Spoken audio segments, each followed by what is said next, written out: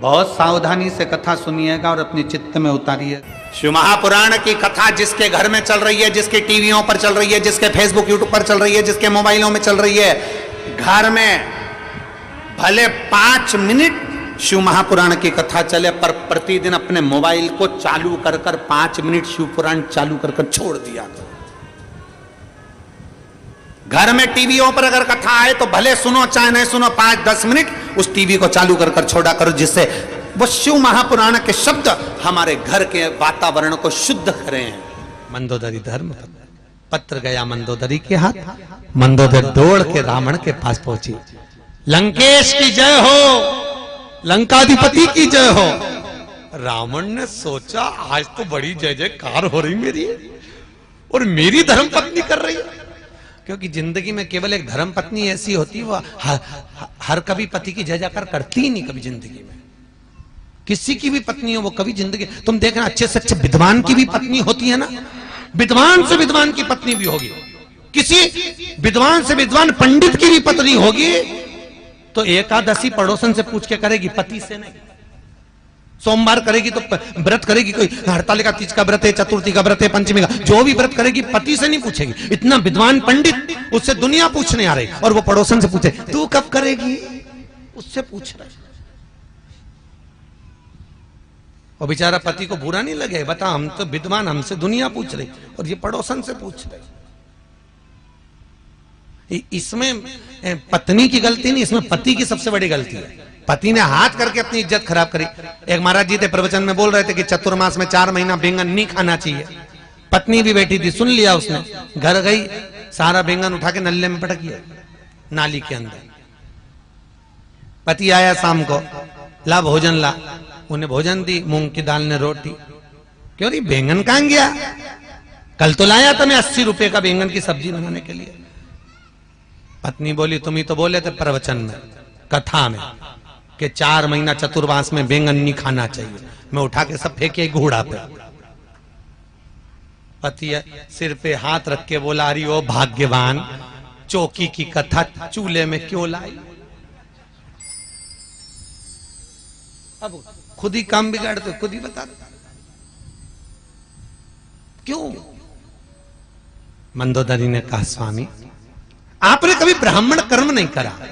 रावण कहता ब्राह्मण कर्म क्या होता है, मैं जनेऊ पहनता हूं, त्रिपुंड लगाता हूं, शिव का पूजन करता हूं, ये ब्राह्मण कर्म ही तो है। मंदोदरी कहती है इसको ब्राह्मण कर्म नहीं कहते। ब्राह्मण कर्म वो होता है जो जजमान के यहां जाए, भोजन करके दक्षिणा लेकर आए। रावण कहता मेरे जैसे दशानंद को कौन भोजन कराएगा। मंदोदरी के फालतू की बात छोड़ो, ऐसे बहुत सारे पड़े जो तुम्हें भोजन कराने को तैयार है, तुम जाओगे। रावण कहने लगा अगर कोई अच्छा विद्वान मेरे को जिमाना चाहता चले जाऊंगा। जाओगे पक्का बोलो, जाऊंगा, जाओ। राजा दशरथ ने बुलाया। रावण मंदोदरी के कहने पे सोने का मुकुट नीचे रख दिया। रावण विद्वान था, उसको मालूम था राम के दरवाजे पर जा रहा हूं, अहंकार का मुकुट पहन के जाऊंगा तो राम नहीं मिलेगा। मुकुट नीचे चला, दरवाजे पर पहुंचा। दशरथ जी को मालूम पड़ा ब्राह्मण आया है भोजन करने। दशरथ जी आए, रावण के चरण पखारे। राम जी ऊपर से खड़े खड़े देख रहे थे। राम जी ने देख लिया आज मेरे पिताजी रावण के चरण पखार रहे हैं, तो ये रावण मेरे घर में भोजन करने आया है। आज मेरे पिता ने चरण पखारे हैं, तो एक ना एक दिन मैं भी पखारूंगा। ये देखो पिता के संस्कार। आज इसने कहते ना, गायत्री परिवार वाले नहीं कहते हम सुधरेंगे, बोलो जम के, युग हम बदलेंगे, युग बदलेगा। कब बदलोगे भाई, तारीख भी तो निश्चित करें।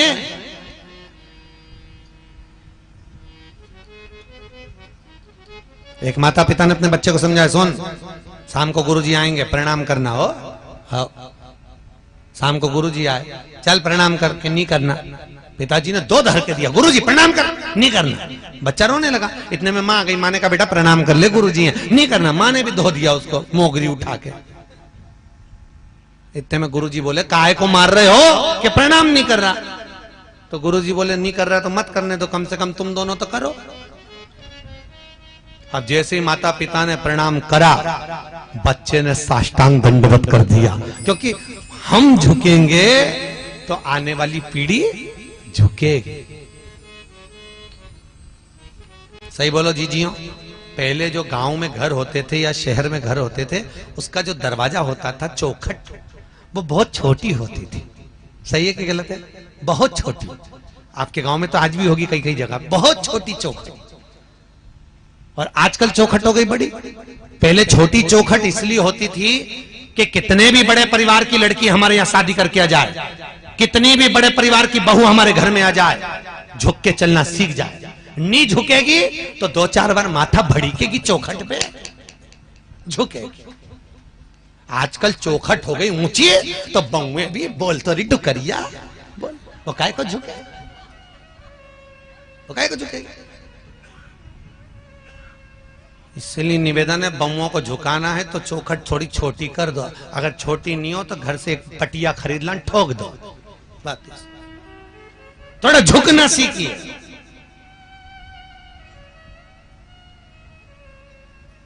झुकना जीते की पहचान है और अकड़ना मुर्दे की शान है। जो झुक रहा है वो जिंदा है, जो अकड़ रहा है कोई धन में, कोई सत्ता में, कोई लो काम में, कोई वासना में, वो सब मर चुके हैं, मुर्दे हैं। जो अकड़ रहा, 4 ट्रैक्टर, 3 मोटरसाइकिल न 2 गाड़ी, उसकी अकड़ देख के समझ में आ जाए मरा हुआ है, मर गया। ये जिंदा ही, जिंदा होता तो इतना क्यों अकड़ता? अरे बोलो तो नरम। जो धन पाकर भी नम्र रहे तो वो एक ही बात कहता है, सब उसी ने दिया है, हमारा है क्या? क्या लेकर आए थे? ऊपर से आए थे जब। अरे बोलो तो कुछ लाए थे? फ्रिज लाए थे, कूलर, वॉशिंग मशीन, जमीन। तुम्हें तो मालूम भी नहीं था कि कहां पैदा हो गए, ये भी नहीं मालूम था कि पूरा शरीर अच्छे से मिल जाएगा, हाथ पैर पांव आंख नाक, एक आध आंख निपटा के भेजता तो क्या कर लेते?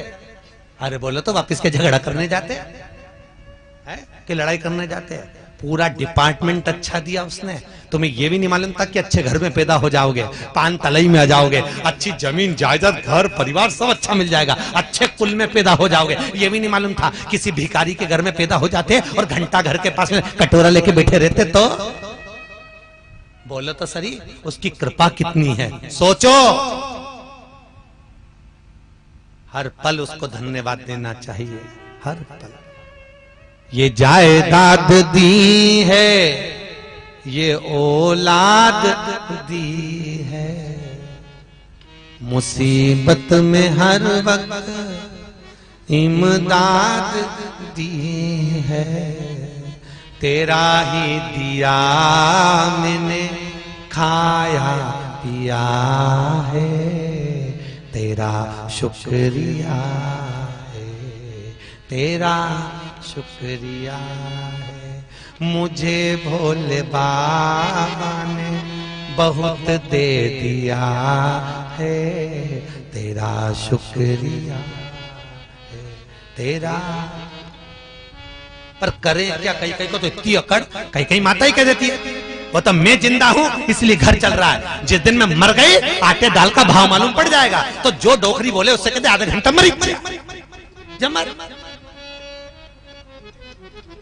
मर जा, आधा घंटा। क्या हो तुम्हारे कहने से? जबरदस्ती दिन भर पीछा पकड़ के बैठी तो, बहू ये मत फेंक, बहू वो मत फेंक, इतनी रोटी बना ली, इतनी सब्जी बना ली, इतना फेंक दिया, इतना फेंक दिया। अच्छा ईमानदारी से बोलो, जिंदा हो तो तुम्हें दिख रहा है कि इतनी सब्जी बना ली, इतनी फेंक दी, इतनी फेंक दी। मर जाओगे तो क्या ऊपर से झगड़ने नीचे आओगे? तो क्या करना? शिव महापुराण की कथा कहती है, क्या किसको रोइए चादर तान के सोइए, आग लगे बस्ती में अपन रहो मस्त। क्या करना पड़ेगा? संत नामदेव जी के घर में लग गई आग। लोगों ने कहा नामदेव जी तुम्हारे घर में आग लग गई। नामदेव जी ने दूसरा कमरा और खोल दिया। नामदेव जी ने दूसरा कमरा खोला, अग्नि देवता से कहा जाओ अंदर और आओ, इसमें भी आग लगा, जला। गांव के लोग कहने लगे बताओ नामदेव पागल है। नामदेव जी की एक गोदड़ी एक कम्बल हेड़ लिया। रात को नामदेव जी से कहे नामदेव जी हमने ये बचा लिया, लो इसको ओढ़ लेना, सारा घर जल गया। नामदेव जी बोले काहे को बचाया? नामदेव जी ने कम्बल गोदड़ी ली, वो भी पटक, लो प्रभु ओढ़ ले लो, वो भी आग में पटक दिया। पूरे घर में आग लग गई, सब खाक हो गया। नामदेव जी आम के पेड़ के नीचे सो रहा है। गांव के सरपंच ने कहा एक कम्बल मत देना गांव के लोग, ये मूर्ख को, पागल को हमें पागल समझता, हमने बचाया तो और आग में पटक दिया, और क्या क्या भगवान विष्णु है, भगवान विष्णु है, आग में भगवान विष्णु दिख दिया। बता, एक कम्बल मत देना गांव के लोग। कोई ने नहीं दिया। रात को नामदेव जी सो रहे थे आम के पेड़ के नीचे, ऐसी ठंड पड़े कड़ाके की। भगवान विष्णु को लगा नामदेव मेरा भगत अग्नि में मुझको देखा है, बेचारा मर जाएगा ठंड में। भगवान गए, आधी रात को उसका झोपड़ा बना दिया, मखमल के गद्दे तकिया लगा के उसको सुला दिया। गांव के लोगों ने सोचा चल के देखे, मरा कि जिंदा। दूसरे दिन गांव का लोग जो देखने गए तो मां तो झोपड़े में चकाचक मखमल का गद्दा तकिया ओढ़ के सो रिया। गांव के लोगों ने उठा के पूछा नामदेव जी तुम्हारा कोई रिश्तेदार आया था? नामदेव जी बोले मेरा तो एक ही रिश्तेदार वो आया था। हाँ, बहुत जोरदार झोपड़ी बनाई नामदेव जी। ए नामदेव तुम्हारे रिश्तेदार से कह के एक झोपड़ी हमारी भी बनवा दो। नामदेव जी बोले लगा आवाज।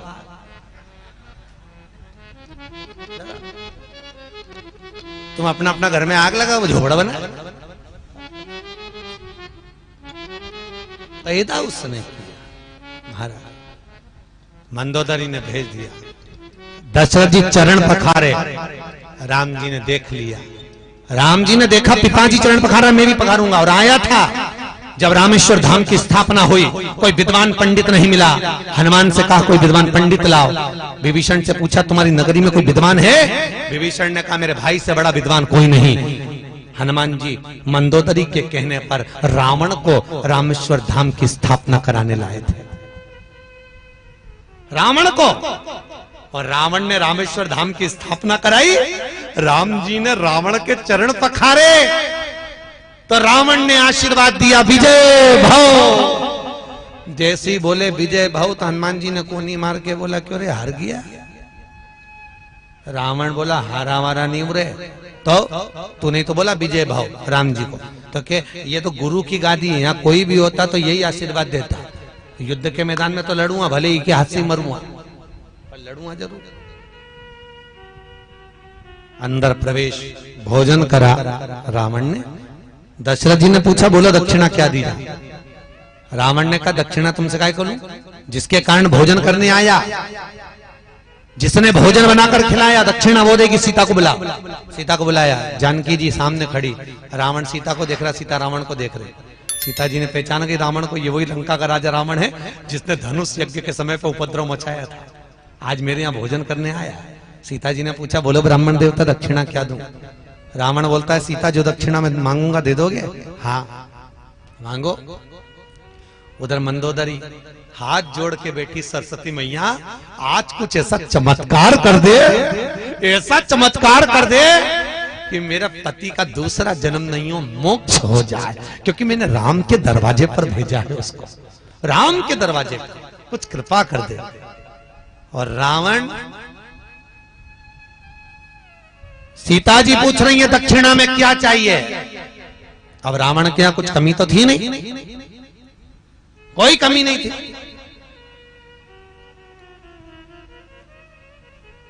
बस सरस्वती ने चाल चली, सीता जो मांगूंगा दे दोगी? सीता जी ने कहा मांगो क्या चाहिए?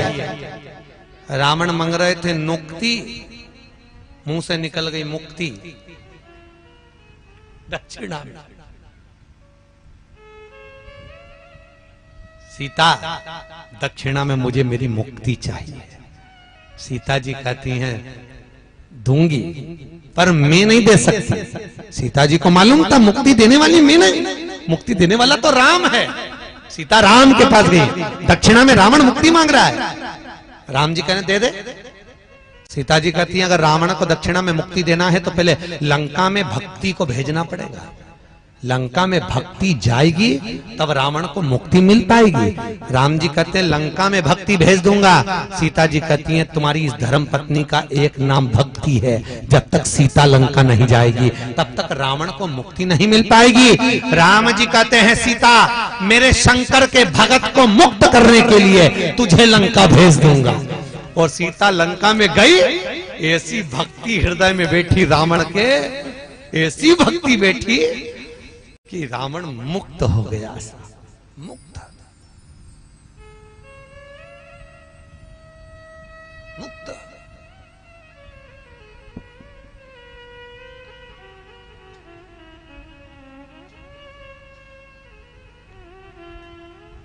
और उठा लो रामचरितमानस, कितने बाण छोड़े गए, जितने भी बाण छोड़े गए एक भी हृदय पे नहीं छोड़े गए, क्योंकि भगवान को मालूम था इसके हृदय में सीता बैठी हुई है।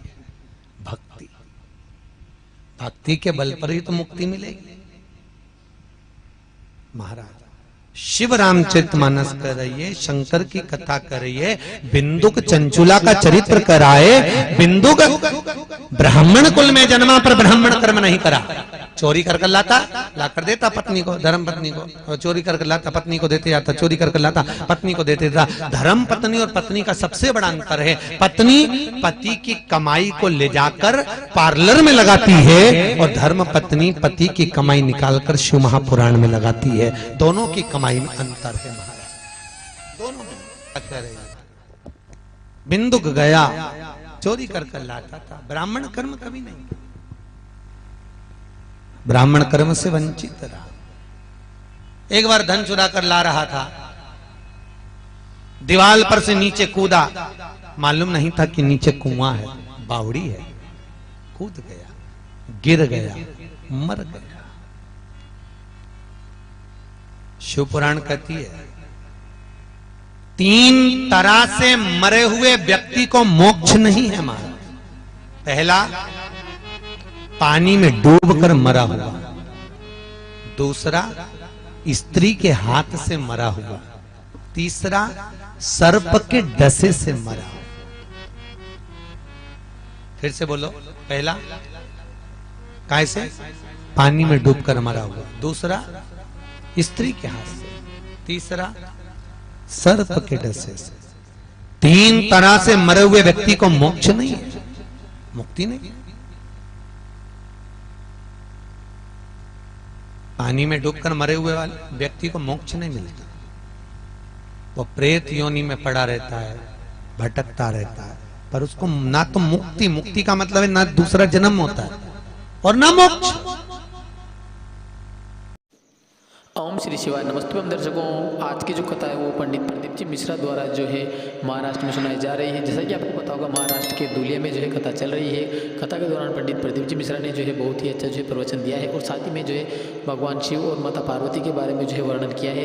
इसी के साथ में जो है उन्होंने जो है कथा के दौरान जो है और भी बहुत सारे उपाय भी बताए हैं, जो अगर आपने जो है कथा को ध्यान से नहीं सुना है या फिर इस कथा को सुनने के बाद में अगर आप और भी जो है आगे आने वाली कथाओं को सुनना चाहते हैं तो इसके लिए आपको कुछ नहीं करना है, केवल हमारे चैनल को सब्सक्राइब कर लेना है। सब्सक्राइब करने के बाद में जो है पास में आ रहे बेल आइकन को प्रेस कर देना ताकि आपको समय पर जो है सूचनाएं मिलती रहे। इसी के साथ में मिलते हैं अगली कथा में, तब तक के लिए हर हर महादेव।